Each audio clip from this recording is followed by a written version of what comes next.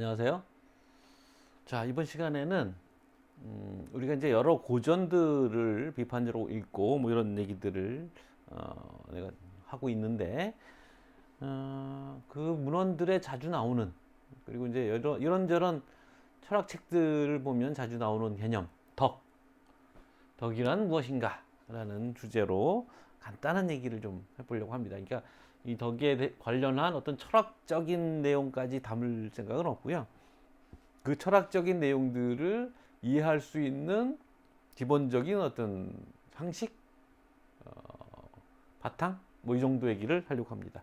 그래서 한자로 이제 덕은 저렇게 쓰는 것이고, 아레테라고, 그리스어로는 이제 아레테라고 하는 것이고요. 이것이 이제 로마를 거쳐서 영어로 정착이 되는데 이게 virtue입니다. 그래서 덕이라는 말을 이렇게 씁니다. 그래서 뭐 이제 virtuistic이라고 해서 덕윤리학 뭐 이런 것도 있습니다만, 동양과 서양에서 다 같이 쓰는 말이에요. 그러니까 한편에서는 동양의 덕목, 덕이라는 것이 있고, 그 서양의 아레테, 벌추 이런 거를 우리가 서양에서 말하던 그 개념들에 해당하는 것이 동양어로는 덕이라는 말이 있겠구나 해서 이렇게 번역을 한 것이죠. 그러니까 이중적인 겁니다. 그러니까 뭐 동양의 어떤 문헌들에 나오는 덕이라는 말이 원래부터 쓰던 말이고, 서양 책을 번역하면서 이를테면 뭐 플라톤이나 아리스토텔레스의 책에 나오는 덕이라는 말은 저 아레테나 virtue라는 말을 번역한 말인 겁니다. 이 얘기를 굳이 하는 이유는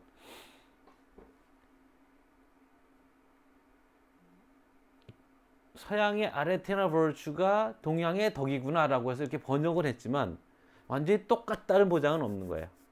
조금 달라요. 차이가 있어요.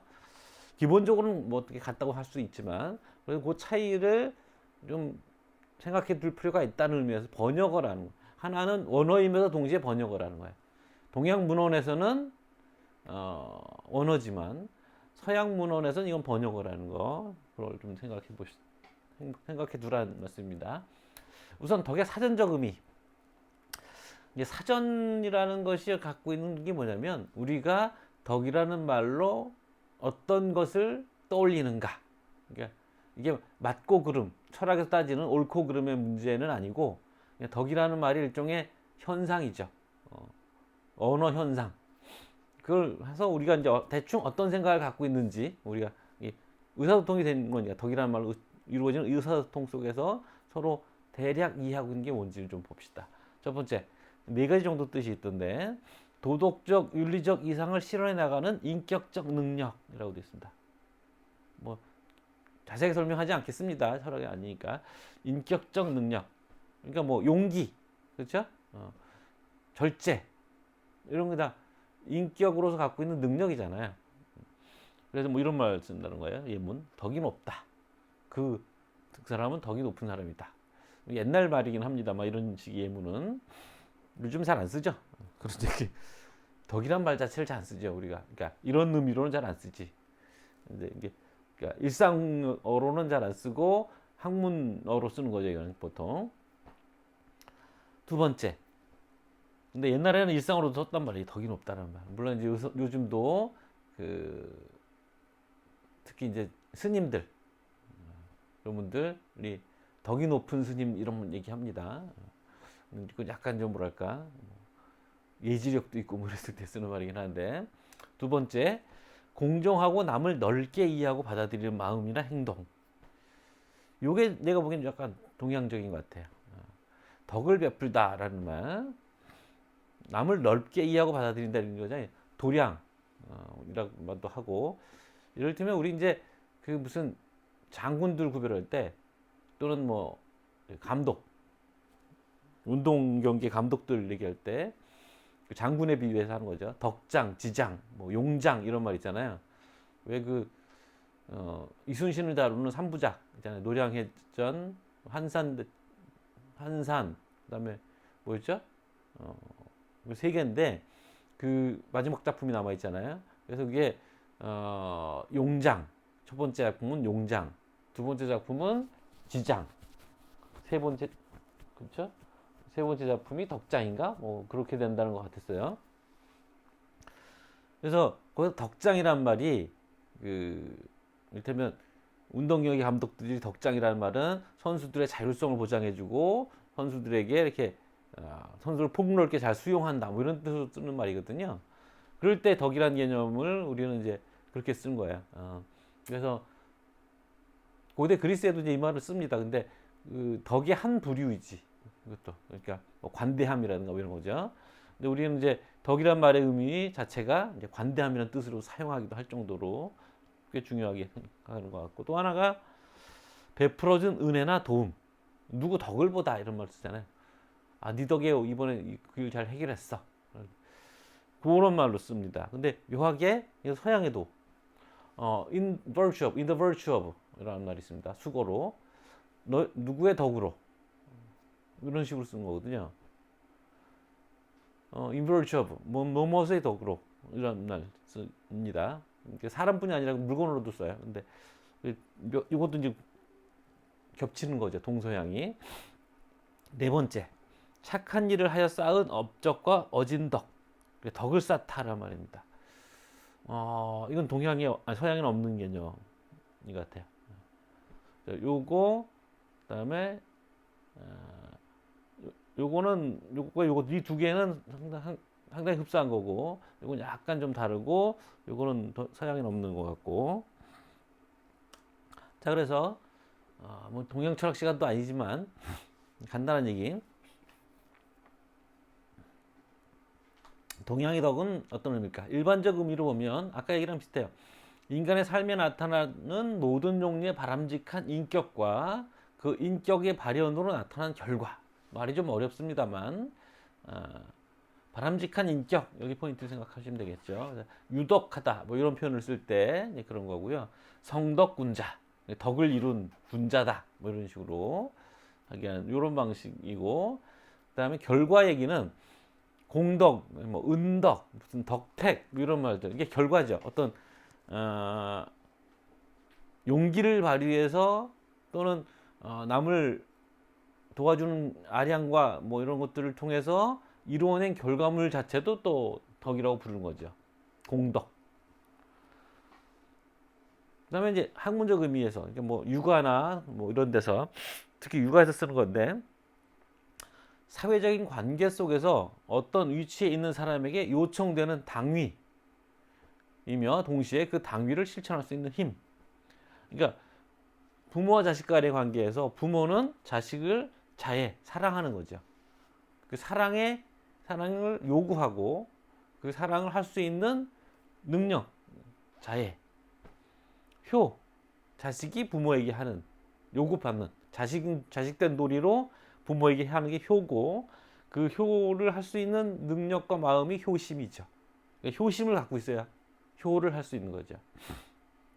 충은, 그러니까 임금과 신하 사이에서 임금에 대한 충인 거죠. 이런 게 이제 개별적인 덕목이라면, 이거 묶어서 인의예지신이라는 육아에서 얘기하는 덕목이 있습니다.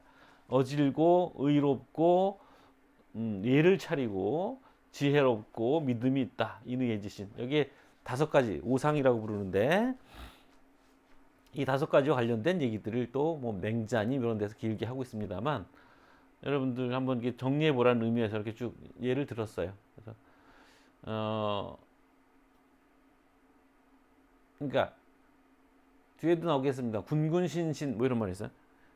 임금이 임금답고 신하는 신하답고 뭐 그런 거죠. 이제 자기가 어떤 사회적 관계에 있느냐에 따라서, 나는 뭐 아들이면서 임금의 신하이기도 하고 뭐 선생이기도 하고, 그러니까 나는 한편으로서는 효심을 가져야 되고, 한편으로서는 나라를 사랑해야 되고, 또 한편에서는 제자들에게 아낌없이 지혜를 나눠줘야 되고, 뭐 이런 것들 다, 그런 덕목들이 다 필요한 거죠.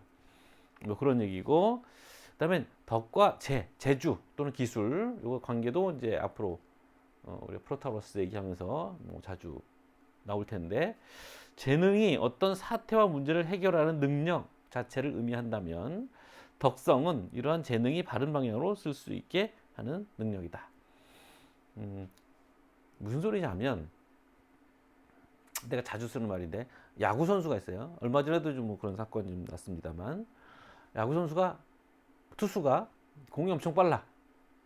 155km 막 160km 막 던져요. 그게 능력인 거야. 그죠? 제주가 좋아요. 근데 얘가 이제 성격이 나빠. 그래서 뭐 코치를 욕하고 뭐 뒷담화하고 뭐 그러다 적발이 되고.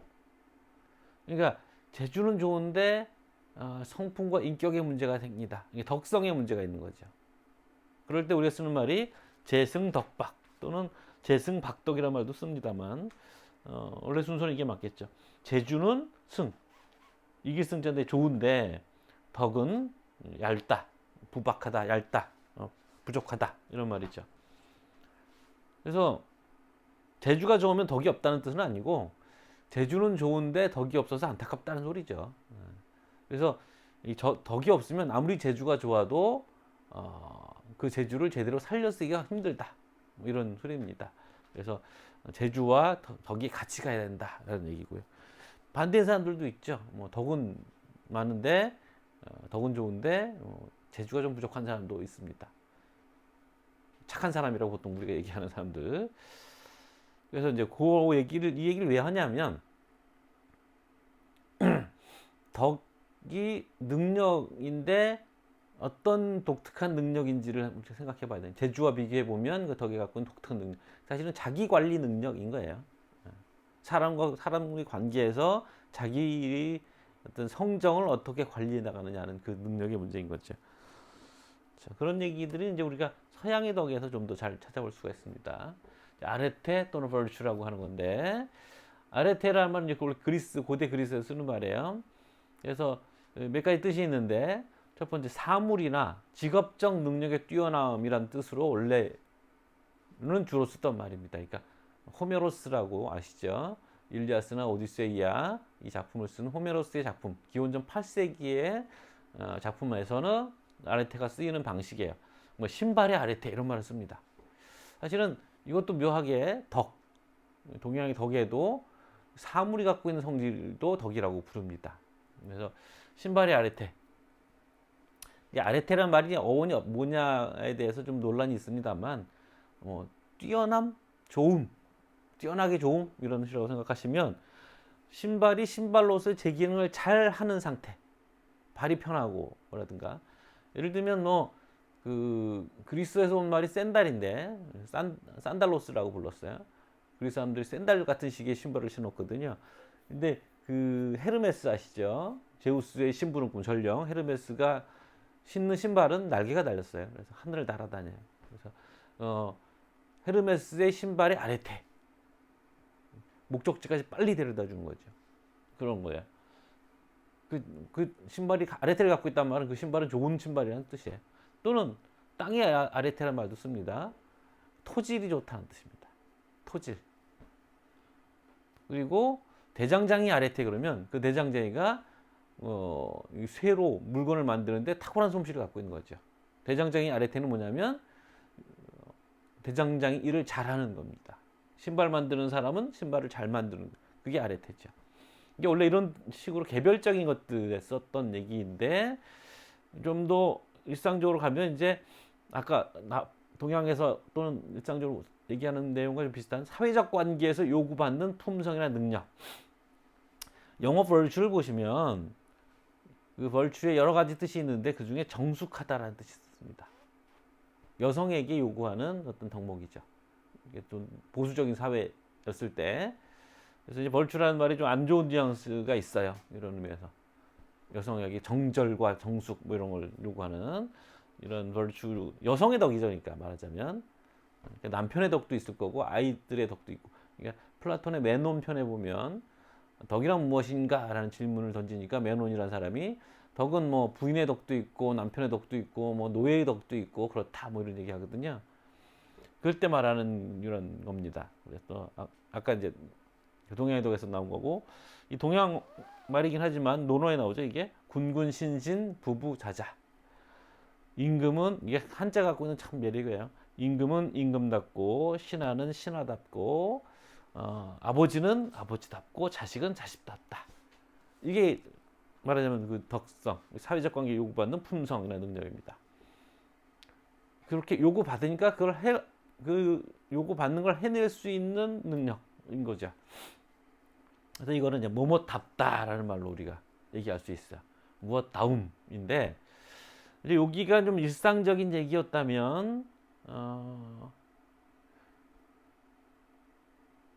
이거에 대해서 우리가, 자, 그렇다면 신발 만드는 사람은 그래. 뭐 임금 그렇고 아버지 그렇고 뭐 아들 그렇고 부인 그런 독들이 있어 요구받아라고 하지만, 그럼 사람은 그 자체로 뭐가 사람답게 살려면, 사람이 사람다우려면, 또는 사람이 사람 구실을 하려면, 저기 뭐 거죽만 사람이 저건 짐승이야, 뭐 짐승만 못한 놈이야, 뭐 이런 욕을 하잖아요. 사람이 사람다워야 사람이지, 뭐 이렇게 할 때 그 사람다움으로서의 덕이 있습니다.